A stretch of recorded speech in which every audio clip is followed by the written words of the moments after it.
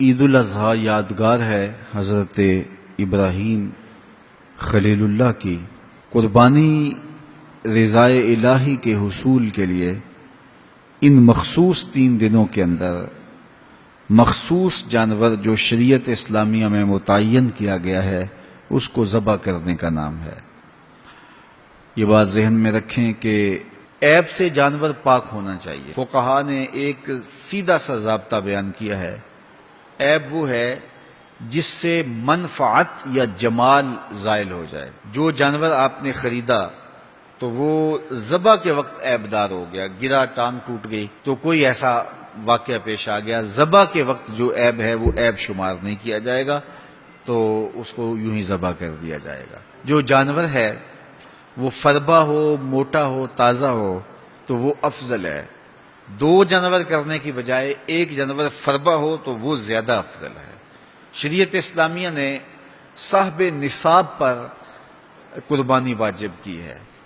نصاب وہ ہے جو ہمارے ہاں زکوٰۃ کا نصاب ہے، یعنی 52 تولے چاندی یا 7.5 تولے سونا، یا اس کی قیمت۔ زکوٰۃ کے نصاب میں قمری سال گزرنا شرط ہے، لیکن یہ جو قربانی اور صدقہ فطر ہے اس میں سال گزرنا شرط نہیں ہوتا۔ ان عید کے 3 دنوں کے اندر ایک لمحے کے لیے بھی کوئی مالک نصاب ہو گیا تو اس کے اوپر جو ہے وہ قربانی واجب ہوگی۔ پھر قربانی ہر اس شخص پہ واجب ہے جو مالک نصاب ہے۔ بعض اوقات گھر کے اندر کئی افراد مالک نصاب ہوتے ہیں تو سب پہ واجب ہوگی۔ قربانی واجب آپ نے ادا کر لی اور اپنی طرف سے نفلی بھی دینا چاہتے ہیں تو یہ بھی آپ کو اجازت ہے۔ ہمارے آقا و مولا نے ایک قربانی اپنی طرف سے، ایک قربانی اپنی امت کی طرف سے پیش کی ہے، تو اگر امتی اپنے آقا کی جانب سے قربانی پیش کرتا ہے تو یہ اجر و ثواب کا باعث ہے۔ 3 حصے کر کے دوست احباب کے لیے، غرباء کے لیے اور اپنے لیے تقسیم کر لیں تو یہ قربانی کی روح کے مطابق ہے۔ سارا اگر خود استعمال کرنا چاہیں تو بہرحال اس کی بھی اجازت ہے، لیکن قربانی کی روح کے منافی ہے۔ جس کو گوشت لگتا ہے اس کو کھال بھی لگتی ہے۔ جس طرح گوشت آپ خود بھی کھا سکتے ہیں تو کھال خود بھی استعمال کر سکتے ہیں، یعنی آپ کھال کا مسلح بنا کے گھر رکھ سکتے ہیں، کھال کو اپنے گھر کی کسی ضرورت میں جو ہے وہ لا سکتے ہیں، لیکن قربانی کی کھال بیچ لیں اور اس کی قیمت اپنے مصرف میں لائیں یہ نہیں کر سکتے۔ قربانی کی کھال اگر بیچ لی ہے تو اس کے پیسے صدقہ آپ کر سکتے ہیں، کسی دوست کو دے سکتے ہیں، کسی غریب کو دے سکتے ہیں۔ تو قربانی کی کھال جس کو مرضی دیں، لیکن بہتر یہ ہے کہ قربانی کی کھالیں مدارس دینیہ کو دی جائیں، چونکہ یہ مستحق بہت زیادہ ہیں۔ مدارس دینیہ کے بجٹ کا زیادہ تر انحصار قربانی کی کھالوں پہ ہوتا ہے۔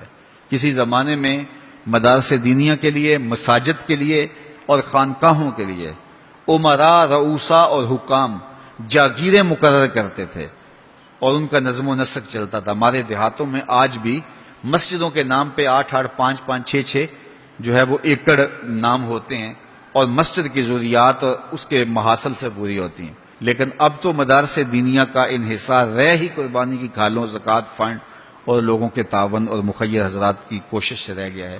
اس لیے اپنے مدارس کی طرف بہت زیادہ توجہ دینے کی ضرورت ہوتی ہے اور قربانی کی کھالیں کوشش کر کے خود مدارس دینیہ کے اندر پہنچائیں۔ اور آپ کے سامنے جامعۃ المصطفیٰ ایک ایسی درسگاہ علمی ہے کہ جس کے فیضان سے ایک زمانہ متمتع ہو رہا ہے اور یہاں سے نکل کر اطراف و اکناف عالم کے اندر جو ہیں وہ لوگ پھیل رہے ہیں اور فائدہ پہنچ رہا ہے۔ اللہ کا شکر ہے، یہاں سے جانے والے پیغام کو مسلم بھی قبول کر رہے ہیں اور غیر مسلم بھی قبول کر رہے ہیں، تو یہ اللہ کا فضل ہے، اس پر ہمیں شکر ادا کرنا چاہیے۔ اور کتنے مسلمانوں کی اصلاح ہوئی ہے اور کتنے لوگ فائدے میں گئے ہیں، تو یہ ایک اللہ تعالیٰ کا بڑا فضل ہے اور اللہ تعالیٰ کا بڑا ہی کرم ہے کہ کتنے لوگوں کو یہاں سے فائدہ ہو رہا ہے۔ اور ظاہر ہے ہم ساری زندگی تو نہیں بیٹھ رہیں گے، ایک وقت عمر کا، زندگی کا ہم نے پورا کرنا ہے، اس کے بعد ہم نے چلے جانا ہے، تو ہماری جگہ اوروں نے آنا ہے۔ تو یہ دارالعلوم اگر زیادہ سے زیادہ لوگ پیدا کرے گا تو زیادہ لوگوں کو فائدہ پہنچ سکتا ہے۔ تو اس لیے نہ صرف قربانی کی کھالیں بلکہ اس ادارے کے ساتھ آپ کا ہر طرح کا تعاون درکار ہے۔ سب سے بڑا تعاون آپ کا اس ادارے کے ساتھ محبت کا تعاون درکار ہے۔ آپ اس مرکز سے اپنی عقیدت کا رشتہ، اپنی محبت کا رشتہ جو ہے وہ وابستہ کریں. جس طرح عشق کیا جاتا ہے، پیار کیا جاتا ہے، اس مرکز سے آپ پیار کریں، اس مرکز سے آپ محبت کریں.